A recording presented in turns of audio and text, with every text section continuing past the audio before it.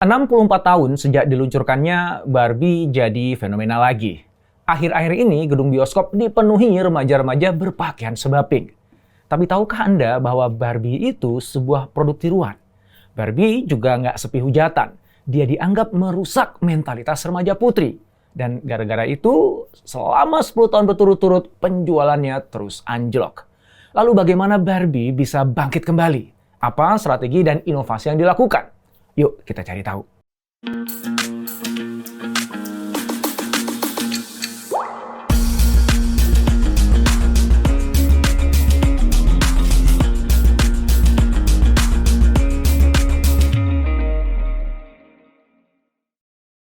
Kita mulai dengan menyelidiki proses kelahiran Barbie yang mana sang penggagasnya ingin tutup-tutupi.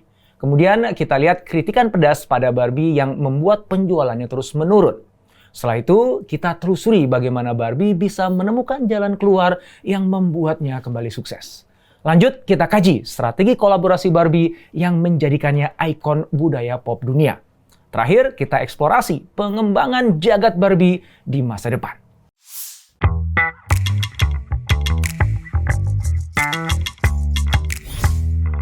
Cerita Barbie berawal saat Ruth Handler melihat putrinya, Barbara, bermain dengan boneka kertas dewasa 2 dimensi.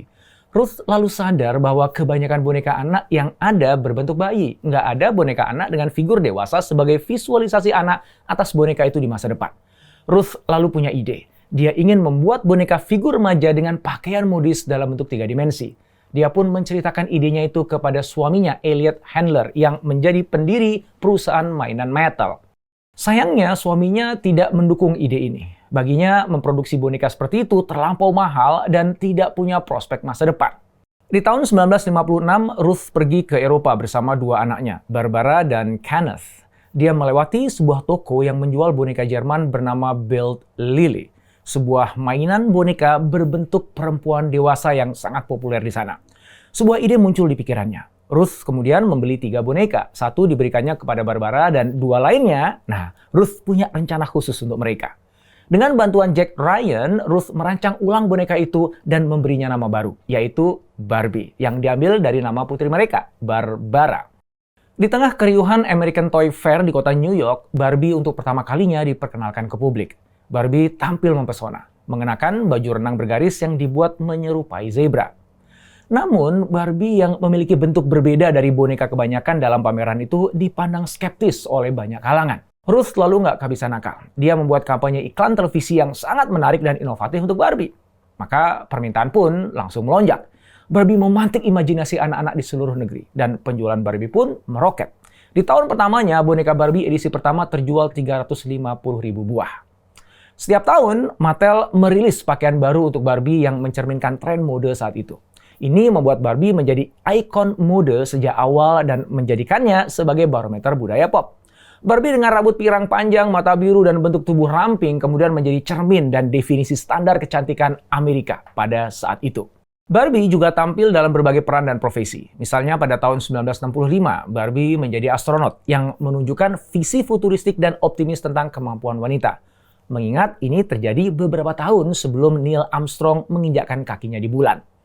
Maka kehadiran Barbie ini dinilai ikut memperluas posisi perempuan dalam berbagai profesi dan perannya di masyarakat.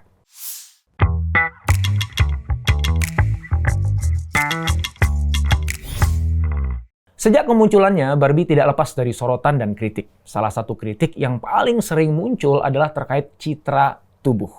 Bentuk tubuh Barbie yang sangat ramping kerap kali menimbulkan kontroversi. Barbie dianggap mendorong standar kecantikan yang tidak realistis. Penelitian bahkan menunjukkan bahwa bermain dengan boneka Barbie dapat meningkatkan keinginan anak perempuan untuk memiliki tubuh yang lebih ramping, serta berpotensi menurunkan rasa percaya diri mereka.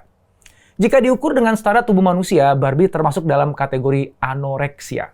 Ini tentu menjadi masalah ya, karena banyak anak perempuan yang menganggap Barbie sebagai representasi ideal dari seorang wanita.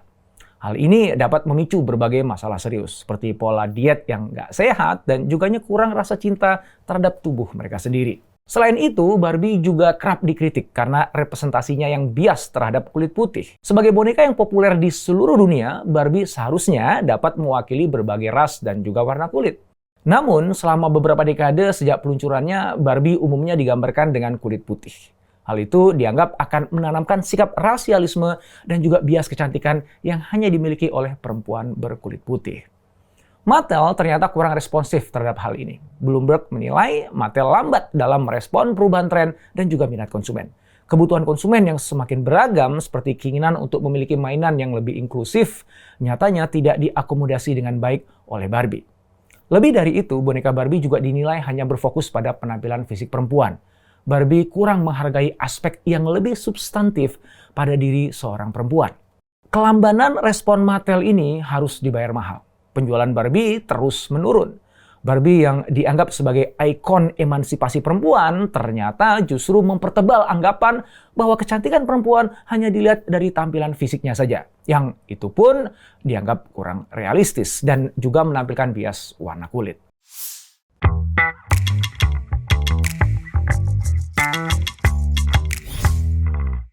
Mattel akhirnya menyadari kesalahannya. Maka pada tahun 2016 mereka meluncurkan seri Barbie Fashionista. Seri ini menampilkan Barbie dengan bentuk tubuh yang beragam dan lebih mewakili realitas. Keberagaman ini dimaksudkan untuk menawarkan alternatif terhadap figur Barbie lama yang sangat ramping. Mattel juga meluncurkan kampanye Barbie You Can Be Anything. Di sini Mattel menekankan pesan pemberdayaan perempuan dan juga nilai-nilai positif. Melalui kampanye ini, Mattel berusaha untuk mengalihkan fokus dari penampilan fisik semata dan menekankan pentingnya imajinasi, kreativitas, dan juga semangat untuk mengejar impian. Selain itu, Mattel juga memperkenalkan boneka Barbie dengan beragam warna kulit, warna mata, dan juga gaya rambut, serta merilis boneka dengan disabilitas. Mereka menggunakan kursi roda dan memiliki kaki palsu. Mattel juga memperkenalkan gaya rambut baru seperti kepang dan afro dalam koleksi ini untuk mencerminkan keanekaragaman tipe rambut manusia. Strategi ini ternyata berhasil. Penjualan bruto boneka Barbie di seluruh dunia naik 87%. Barbie ternyata juga nggak ingin ketinggalan dunia yang semakin digital. Barbie bertransformasi dari sekedar boneka menjadi seorang virtual influencer. Perjalanannya dimulai dengan tampil dalam game PC di awal tahun 2000-an. Nah, kini Barbie hadir dalam pesona virtual di berbagai platform media sosial populer, termasuk TikTok. Dia bisa berinteraksi dengan pengikut secara real time melalui postingan dan juga komentar. Boneka Barbie juga hadir dalam versi animasi melalui vlogging YouTube pada tahun 2015. Di sana, Barbie membagikan nasihat tentang kehidupan dan memperkenalkan pengikutnya ke lemari pakaiannya. Tentu saja. Hingga saat ini, Barbie memiliki 11,4 juta pengikut di YouTube, 2,4 juta di Instagram, dan 1,1 juta di TikTok. Menjadikannya salah satu influencer virtual paling sukses di dunia. Barbie berbagi postingan dari berbagai acara seperti New York Fashion Week, Golden Globes, Art Basel Miami Beach, dan juga Coachella. Lokasi pemotretannya pun beragam mulai dari Milan, Paris, hingga San Francisco. Dengan menjadikan Barbie sebagai influencer virtual, Barbie yang sebelumnya hanya dikenal sebagai mainan paling populer di dunia, kini memiliki citra yang lebih modern. Mattel berhasil memadukan kenangan nostalgia seputar Barbie dan gagasan baru bahwa Barbie dapat berkontribusi positif terhadap tumbuh kembang anak. Strategi ini membantu perusahaan menjangkau audiens baru, termasuk para orang tua muda yang lebih memilih perangkat edukatif dibandingkan mainan biasa. Jika Barbie bisa menyuarakan pentingnya self-love dan menjaga mental individu lewat vlog-vlog motivasionalnya, maka memberi produk Barbie tentu bukanlah ide yang buruk kan? Barbie kini bukan hanya sekedar boneka plastik yang menciptakan standar kecantikan fisik yang tidak realistis. Barbie telah bertransformasi menjadi panutan yang diidolakan oleh anak-anak di seluruh dunia.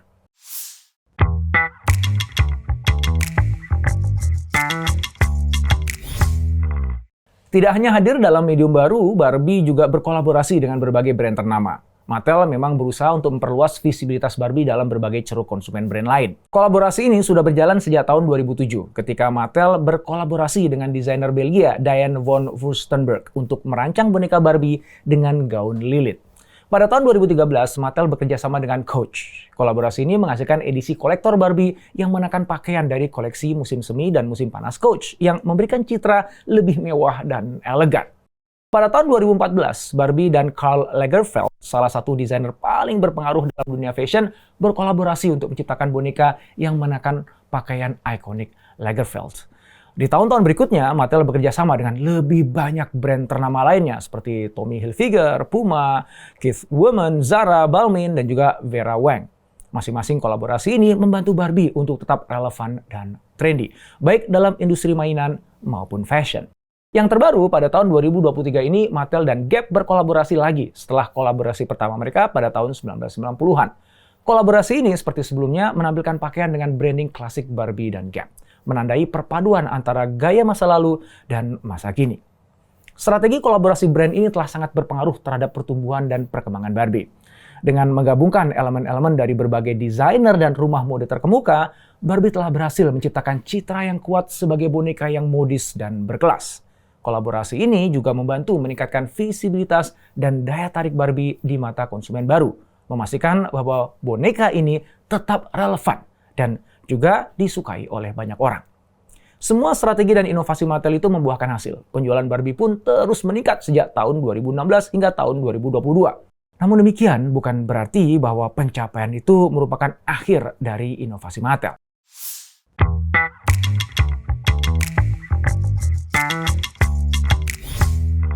Strategi terbaru Mattel yang paling jitu tentunya menghadirkan Barbie dalam film layar lebar. Barbie merupakan film live action pertama yang mengangkat kisah Barbie. Ide film ini datang dari CEO Mattel, Ynon Kreiz. Dia membayangkan Mattel seperti Disney atau DC yang mampu memaksimalkan kekayaan intelektual mereka.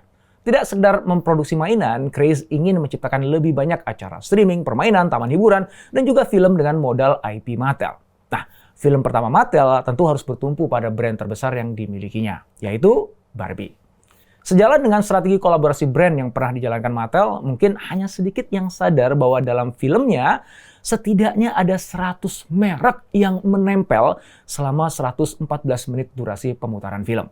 Meski dihuni oleh banyak merek, Mattel mendapatkan produk-produk itu secara natural dan menjadi bagian dalam cerita film. Kita jadi dibuat nggak sadar ya bahwa produk yang muncul di film itu sebenarnya adalah bagian dari upaya pemasaran. Sejalan dengan pesan-pesan sebelumnya, dalam film Barbie terdapat dua dunia, yaitu dunia Barbie dan dunia nyata manusia. Barbie yang diperankan Robbie tinggal di Barbie Land, dan semua perempuan di Barbie Land digambarkan memegang peranan penting sehingga begitu percaya diri. Menghadirkan Barbie dalam film menjadi sangat penting mengingat boneka ini usianya udah 64 tahun. Film ini dapat menciptakan nostalgia bagi penonton dari berbagai usia. Ingatan para penonton yang tumbuh besar dengan bermain boneka Barbie menjadi sensasi indah yang memberikan pengalaman berkesan bagi para penonton dewasa. Bagaimanapun, Barbie telah menjadi bagian integral dari banyak kehidupan anak-anak sejak diluncurkan pada tahun 1959. Dan bagi banyak orang, boneka ini memiliki makna yang mendalam dan pribadi. Dengan film ini, Mattel tidak hanya menjangkau generasi baru penggemar, tapi juga memberikan kesempatan kepada mereka yang tumbuh besar dengan Barbie untuk terhubung kembali dengan merek tersebut. Itu membuat orang-orang dari semua kalangan usia ingin bermain Barbie. Artinya, mereka tidak hanya akan menonton film, tetapi juga membeli produk-produk yang terkait dengan Barbie. Film Barbie merupakan cara Mattel untuk merayakan sejarah panjang Barbie dan dampaknya terhadap budaya pop dunia. Di saat yang sama, tontonan ini juga membawa brand Barbie ke era modern dengan inovasi dan relevansi pada dunia yang baru. Itulah kisah tentang Barbie, sebuah boneka tiruan yang menjadi ikon budaya pop global. Tapi jujur saya penasaran, kalau menurut Anda, apakah Barbie akan terus mampu menjaga relevansinya di dunia yang serba cepat berubah ini? Apa alasannya? Tulis jawabannya di kolom komen ya.